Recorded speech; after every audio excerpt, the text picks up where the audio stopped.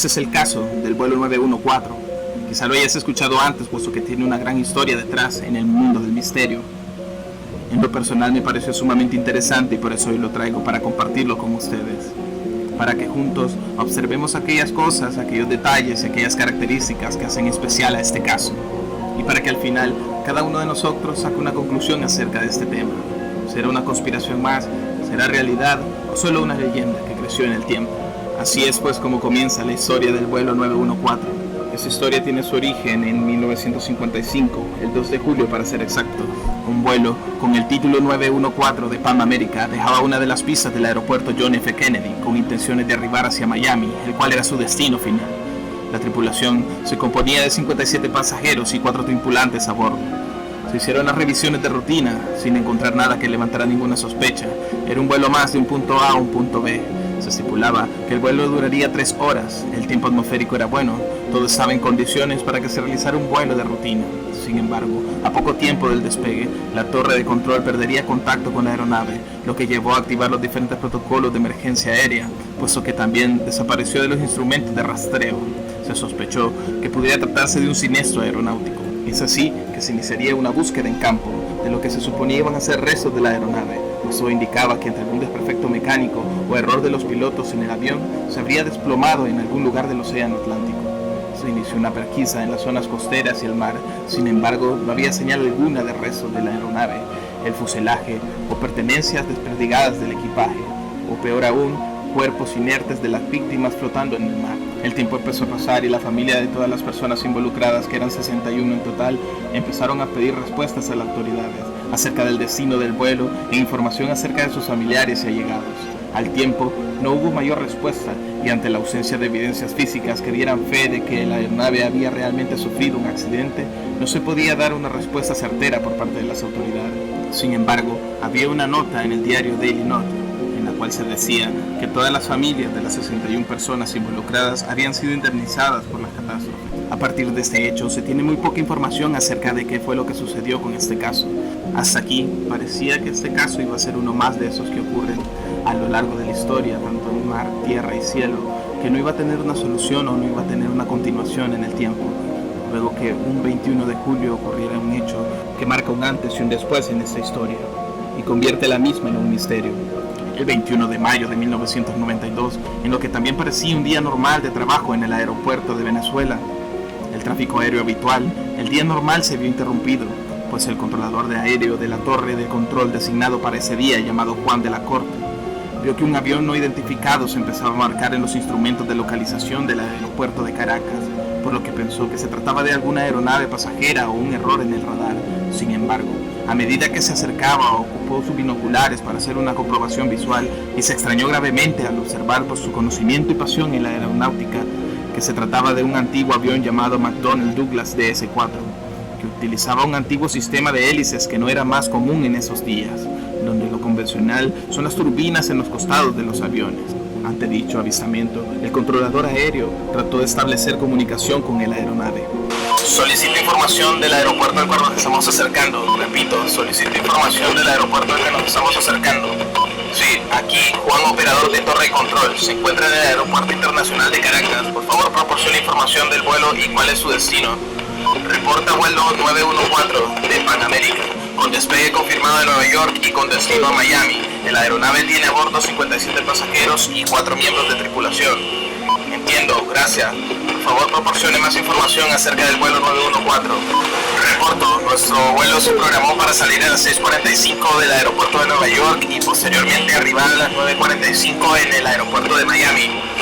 Después de esta comunicación entre el piloto y la torre de control, todo el equipo en tierra quedó muy asombrado, pues las palabras que mencionaba el piloto no tenían ninguna lógica para el equipo. Asombrados, asustados, pero también con mucha expectativa, todo el equipo en tierra siguió el protocolo que estaba establecido para una situación como esta.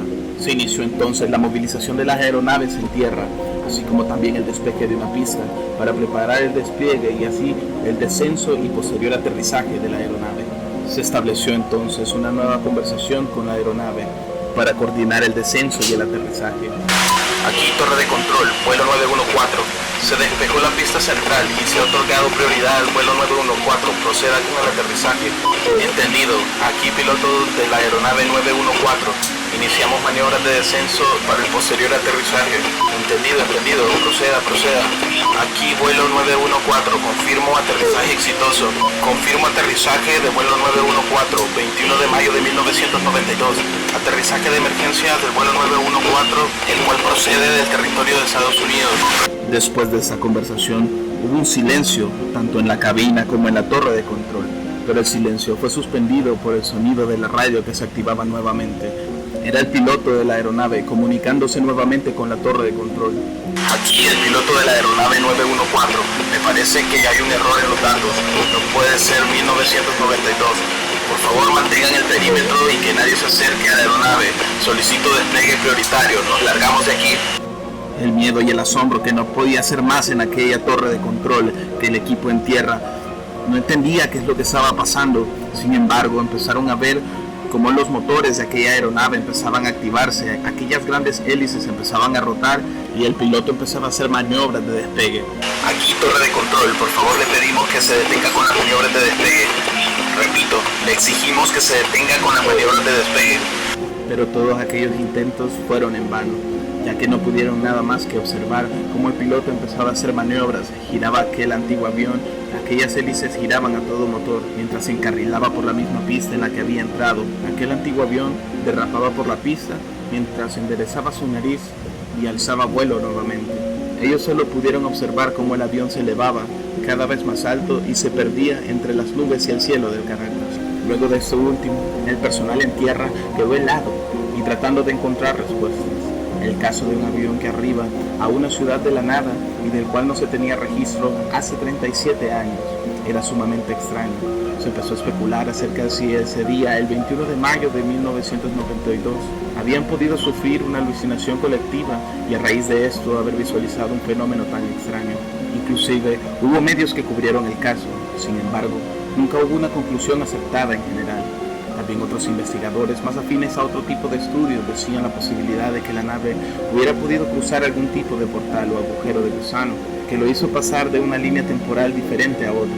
Por otro lado, hubo una versión que después del avistamiento en Venezuela en 1992, el vuelo 914 habría vuelto a la ciudad de Nueva York, de donde habría partido aquel día, donde los pasajeros se habrían reencontrado con sus familiares cercanos sin presentar ninguna forma de envejecimiento, y en el estado en el que partieron aquel 2 de junio de 1952.